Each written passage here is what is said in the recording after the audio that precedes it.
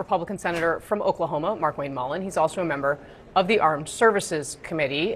Senator, you, of course, represent Americans in Oklahoma. Should you not have a voice? Should you not give voice to them in a decision like this?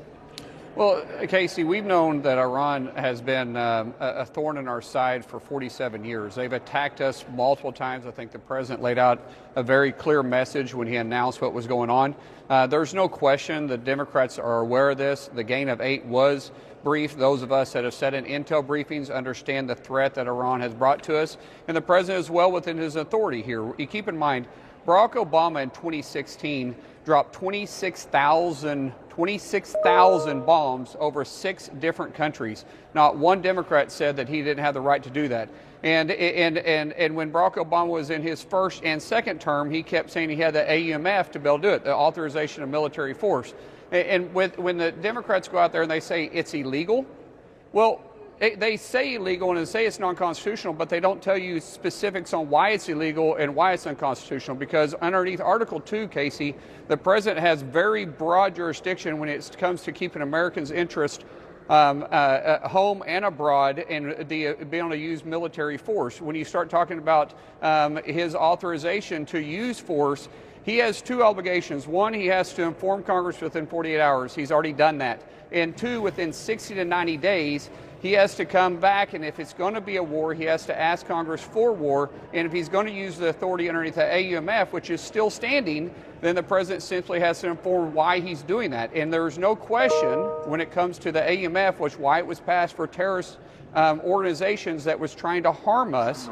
There's no question that Iran clearly fits in that picture, because we know, you and I, it's not even debatable, we know that Iran's been the #1 sponsor of war of terror around the world for decades now. But sir, doesn't that slip that you made underscore exactly why the American people are telling us in our poll that they don't want this? I mean, the memory of Iraq is still very fresh in a lot of Americans' minds. Well, this isn't Iraq. We made that very clear. Pete Hegseth, Secretary Hegseth, made that very clear.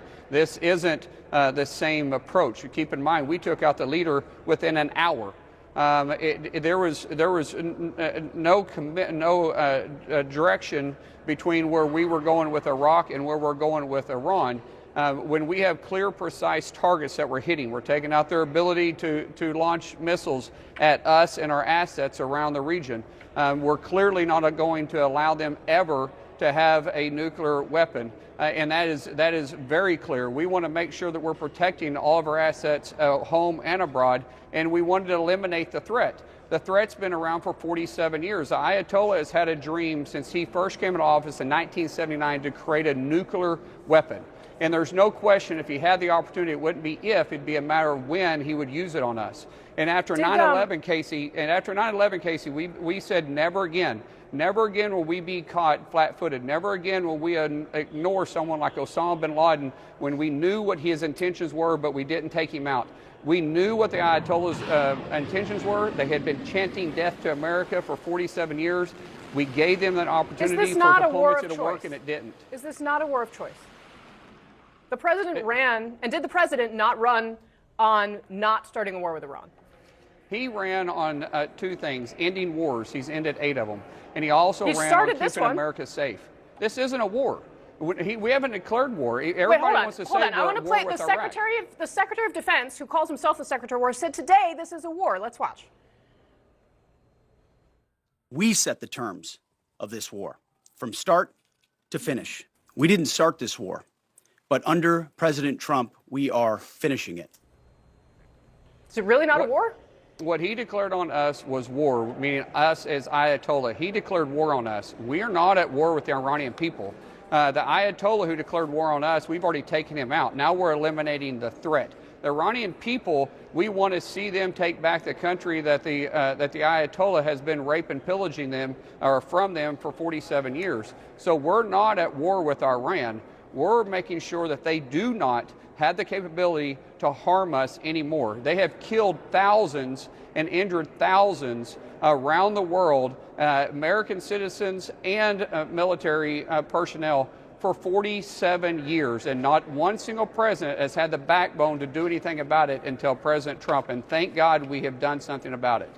So Tucker Carlson, who of course has been close to President Trump over many years, a right-wing voice, talked to Jonathan Karl this weekend. He said that the attack on Iran that we saw President Trump authorize is, quote, absolutely disgusting and evil. So, Senator, my question to you is, why is Tucker Carlson wrong here? I don't know Tucker Carlson. I've never sat down and shaken his hand. I don't know if I met him. Maybe I have, but Tucker Carlson doesn't speak for me, and I would say Tucker Carlson doesn't speak for the Republican Party either, or the president. So, do you think he's wrong here? Absolutely, 100%. I disagree with a lot that Tucker Carlson says. Marjorie Taylor Greene also added this to the mix of the conversation. She says, just like we're no longer a nation divided by left and right, we're now a nation divided to be those who want to fight wars for Israel and those who just want peace and to be able to afford their bills and their health insurance. Why is she wrong? Well, if anyone, and I'm not going to discuss if Marjorie Taylor Greene is wrong or not, because I'm not knowing where she's coming from on this. But what I will say, not Tucker Carlson or Marjorie Taylor Greene, yourself or any Democrat that opposes this can say that the Ayatollah wasn't a threat to the United States and our interests home and abroad. We've known he's been a threat, and we know that he has been the #1 sponsor of terror around the world for decades. And so if any of them believe that this world would be better off with him still alive, I'd like them to make that case. I don't think that's the argument they're making. I think. And what's the argument? The argument is not, I have not heard anyone who has been talking about this in this way say that Iran is nothing except for many of the things that you say, a sponsor of terrorism, that the Ayatollah, right. Many of those characteristics, sure. The question is, what should the United States be doing about that? Right? Being proactive in eliminating the guy, just like we did in eliminating the threat. That's what the AEMF is all about. How many Americans are you willing to see lose their lives in this fight? Listen, one is too many. The problem is that, one is too many. The problem is we've already lost thousands. You can go back and have a timeline in which I know you know the timeline of how many times they've attacked us, going back all the way to 1979 when they took the students hostage, to the time that they've attacked our interests at sea and on land over the last 47 years. So we already lost Americans over this murderous regime. The question is how many more were we willing to lose before we finally done something? The fact is we're stopping it. President Trump has stopped it. He stopped future killings that this murderous regime and this underneath the Ayatollah can do to our people home and abroad. So it's about time a president of the United States stood up and took care of this nuisance that's been around for 47 years. Nuisance is quite a word for it, considering all the other things we've just attributed to them. But okay, Senator Markwayne Mullin, I always appreciate you coming and being willing to answer questions. Thank you very much, sir. Thank you, Kasie. All right.